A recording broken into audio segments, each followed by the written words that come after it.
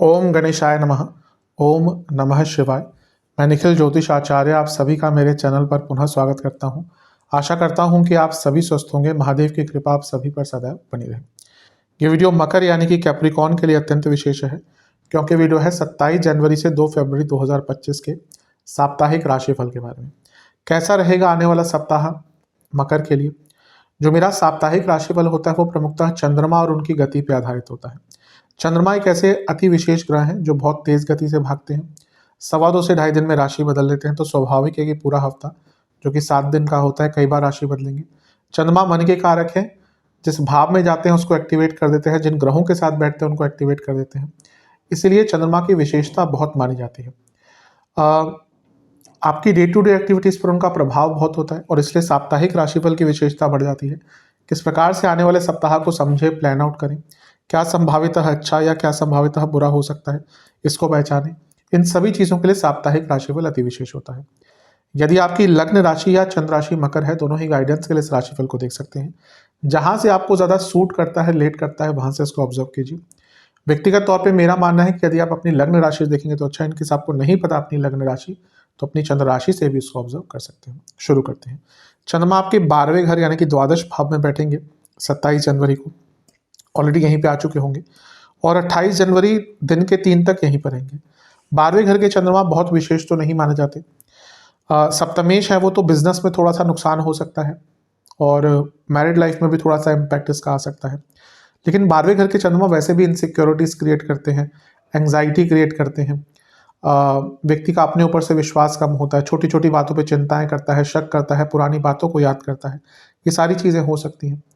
लग्नेश से भी क्योंकि अष्टम में है, ये भी अच्छी स्थिति नहीं होती। व्यक्ति का अपने गुरु से क्योंकि अष्टम में है, ये भी स्थिति अच्छी नहीं होती, क्योंकि ये शकट योग बन जाता है। लग्नेश नहीं, गुरु से। तो शकट योग के बनने से क्या होता है कि चीज़ें डिले होती हैं, चीज़ें पोस्टपोन होती रहती हैं। तो चंद्रमा 12वें घर में है ऑलरेडी, चीज़ें पोस्टपोन हो रही है, डिले हो रही है, तो जो एंग्जाइटी है वो और तंग करेगी। मंगल का प्रभाव है यहाँ पर, और मंगल क्या है, आपके लाभेश हैं, और मंगल क्या है, आपके चतुर्थेश हैं। अब क्योंकि मंगल पतित और वक्री होकर बैठे हुए, उनकी स्थिति अलग है। कोई रुका हुआ धन वापस आ सकता है, रुका हुआ काम बन सकता है, प्रॉपर्टी संबंधित कार्य जो अटक रहे थे वो पूरे हो सकते हैं, प्रॉपर्टी बेचना चाहते हैं उसके लिए भी अच्छा योग है। लेकिन मंगल का प्रभाव चंद्रमा पर, चंद्रमा 12वें घर में, ये एंग्जाइटी वगैरह के साथ साथ गुस्सा भी देगा, एग्रेशन भी देगा। तो यहाँ से भी थोड़ी सी अनिश्चितता आपके मन में आती हुई दिख रही है। एकमात्र अच्छी चीज़ यह है क्योंकि लाभेश का प्रभाव है मंगल का, और चंद्रमा लग्नेश से 11वें में बैठे हैं, तो लॉर्ड लग्न से 12वें में बैठे हैं। अगर आप विदेश संबंधित कुछ भी काम करते हैं, या कुछ भी कार्य आप करना चाहते हैं, या कुछ कार्य पूर्ण करना चाहते हैं, तो वहाँ पे आपको लाभ प्राप्त हो सकता है। नवांश कुंडली कह रही है कि यात्राओं के अचानक से योग बन सकते हैं। दशांश कुंडली, कार्य क्षेत्र में गलतियां होने की संभावना है, थोड़ा सा ध्यान दीजिएगा। बिजनेस शांत रहिएगा, कुछ अलग करने की आवश्यकता नहीं है, नुकसान हो सकता है। लव लाइफ, प्रॉब्लम्स सॉल्व होंगी अगर आप प्रयास करेंगे, तो अभी लग रहा है प्रयासों में कमी है। वैवाहिक जीवन बहुत अच्छा है, ये समय बहुत अच्छा है चीज़ों को ठीक करने का। मैं ये नहीं कह रहा कि समय अच्छा है, लेकिन प्रॉब्लम्स अगर आ रही हैं तो उनको ठीक करने का अच्छा अवसर है। सप्तमेश 6ठे घर में है अपने से, और लग्न से 12वें घर में है, यानी कि लड़ाई झगड़े हो सकते हैं, आर्ग्यूमेंट्स हो सकते हैं। लेकिन कभी कभी ऐसे पॉइंट्स आते हैं जहां पर आर्ग्यूमेंट के बाद चीज़ें सुलझ जाती हैं, क्योंकि मन में भड़ास होती है, वो क्लियर होती है। तो यहाँ पे लग रहा है कि वो जो मन में जो भी बात थी, जो भी भड़ास थी, वो एक दूसरे पर निकल सकती है, और उसके बाद कन्फ्यूजन क्लियर होकर चीज़ों को ठीक करने का मौका मिल सकता है। स्टूडेंट्स, आपको थोड़ा बड़ा सोचना पड़ेगा, अपनी सोच को बड़ा करना पड़ेगा। सेहत के अनुसार एंग्जाइटी, पेट के रोग, लोअर बॉडी में कोई प्रॉब्लम, पैरों के रोग तंग कर सकते हैं। सर्वाष्टक में आपका 9वां भाव बली है, जो बता रहा है कि यहाँ पर भाग्य का साथ तो आपको मिलेगा, थोड़ा पूजा पाठ करेंगे तो ये चंद्रमा की अनिश्चितता है वो भी कम होगी। 28 तारीख दिन के 3 बजे चंद्रमा आ जाएंगे आपके लग्न भाव में, यानी कि मकर में, और 30 तारीख शाम के 7 तक यहीं पर रहेंगे। इसी दिन शुक्र का भी गोचर हो जाएगा और वो आपके 30वें भाव में आ जाएंगे। चंद्रमा का लग्न भाव में आना वैसे ठीक ही माना जाता है। वो केंद्र भाव के स्वामी है, तो केंद्र में जब आए तो राजयोग बनेगा। ठीक है। आपके वो बुध के साथ भी बैठे हैं। बुध क्या है, बुध आपके भाग्येश हैं, ये भी ठीक है। बुध उपचय भाव के स्वामी भी है, यानी कि भाग्य और उपचय, और लग्न में कौन है, चंद्रमा। तो कई रुके हुए कार्य भाग्य के कारण पूरे हो सकते हैं। प्रॉब्लम यह है कि सूर्य चंद्रमा साथ में, सूर्य मकर लगने के लिए अच्छे ग्रह नहीं है, अष्टमेश है सूर्य, तो ये अष्टम की अनिश्चितता, अमावस्या दोष की अनिश्चितता आ गई और बुध का प्रभाव आ गया। बुध भी छठे घर के स्वामी हैं। यहाँ पे समय भौतिक रूप से बहुत अच्छा दिख रहा है, जैसे मैंने कहा भाग्य साथ देगा, लेकिन मेंटल कंफ्यूजन इतनी हो जाएगी ना कि आप शायद उस समय का लाभ ना उठा पाए। बहुत डबल माइंडेड रहेंगे, बहुत कंफ्यूज रहेंगे, एब्सेंट माइंडेड रहेंगे।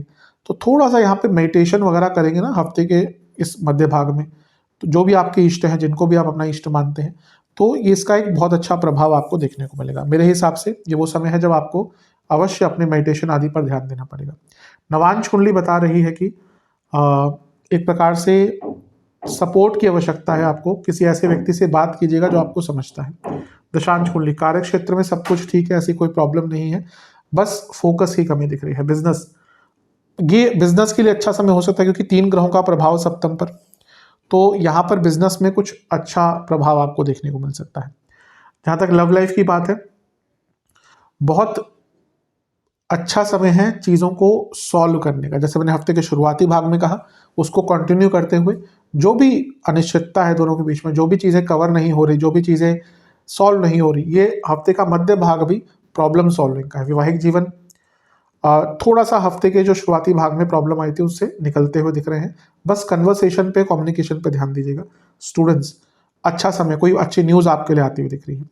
गुरु की दृष्टि भी है, वैसे मैं बताना भूल गया, गुरु की दृष्टि भी है, तो वो भी पुनः बता रही है कि थोड़ी मंत्र साधना आदि करेंगे तो अच्छा प्रभाव रहेगा। और मंगल की अष्टम दृष्टि भी है कि थोड़ा सा गुस्सा और एंगर ज़्यादा दिखा रही है।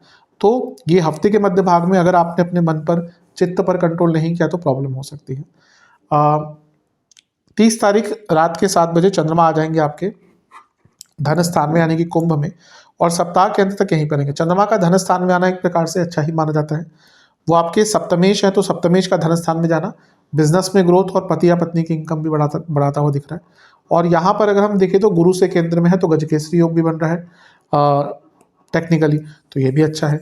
यहाँ पे शनि के साथ है जो लग्नेश भी है और धनेश भी है, तो यहाँ से भी धन आता हुआ दिख रहा है। सब कुछ अच्छा है। तो बुरा क्या है? बुरा ये है कि शनि के साथ है, तो शनि के साथ चंद्रमा क्या होता है? विषतोष बन जाता है।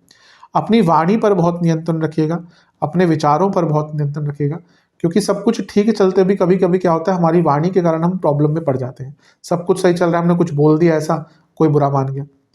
एक फंक्शन चल रहा है, कुछ आपने मजाक कर दिया, कोई बुरा मान गया। तो एक एग्जाम्पल के तौर में क्या, अपनी वाणी पर बहुत कंट्रोल कीजिएगा। यहाँ पे आपके ना चाहते भी कटु वाणी हो जाती है। कभी कभी हम सोचते ना, हम कहना नहीं चाहते थे लेकिन बोल देते, बोल दिया कड़वा। हम किसी की निंदा करने नहीं चाहते थे लेकिन निंदा हो गई। तो देखिए, वाणी के कारण तो बड़े बड़े युद्ध हुए हैं। तो वाणी पर नियंत्रण तो आपको करना ही पड़ेगा इस टाइम पे, क्योंकि दिख रहा है कि थोड़ी कटु वाणी आपकी हो सकती है। नवांश कुंडली बता रही है कि थोड़ा सा प्यार से बातचीत कीजिएगा, ये भी कंफर्म यहीं से हो रहा है। दशांश कुंडली, कार्य क्षेत्र में थोड़ा सा अपनी गलतियों पर ध्यान दीजिए। ऐसा लग रहा है कि आप आगे नहीं बढ़ रहे बल्कि पीछे जा रहे हैं, क्योंकि गलतियां बहुत कर रहे हैं। अपने मिस्टेक्स को सुधारने का प्रयास कीजिए। बिजनेस में अच्छा टाइम है, जैसे मैंने कहा, यहाँ से भी दिखे रहा है। लव लाइफ, थोड़ा सा सकारात्मकता लाइए। आई थिंक ऐसा होता है, और हफ्ते के अंत में भी हो सकता है कि एक बहुत ग्लूमी सा माहौल हो जाए। कभी कभी होता है और प्रयास करने पड़ते हैं चीज़ों को ठीक करने के लिए। वैवाहिक जीवन अच्छा है यहाँ पे हफ्ते के अंत में। जो हफ्ते का शुरुआती भाग है उससे बहुत बेटर रहेगा, बल्कि अगर लड़ाई झगड़े चल रहे थे, धीरे धीरे करके हफ्ते के अंत तक जाते जाते सॉल्व हो सकते हैं। स्टूडेंट्स की जहाँ तक बात है, आपको थोड़ी मेंटरशिप की और कनेक्शंस की, कम्युनिकेशंस, इन सारी चीज़ों पर काम करना पड़ेगा। अच्छा कम्युनिकेशन कीजिए, कनेक्शन बढ़ाइए और मेंटर को ढूंढिए, इनकी आवश्यकता है आपको। सेहत के हिसाब से आंखों के रोग, दांतों के रोग और इन्फेक्शन, सर्वाष्टक में आपका लाभ स्थान बली है, जो बता रहा है कि आपको अचानक से बड़ा लाभ प्राप्त हो सकता है, क्योंकि लाभ स्थान बली है और धन स्थान में चंद्रमा है। उपाय के स्वरूप में शनि चालीसा का 3 बार पाठ कीजिएगा। आशा करता हूँ कि वीडियो काम आएगी। चैनल पर नए हैं, सब्सक्राइब कीजिए, वीडियो को लाइक कीजिए। मिलता हूँ अगली वीडियो में, तब तक के लिए ओम नमः शिवाय।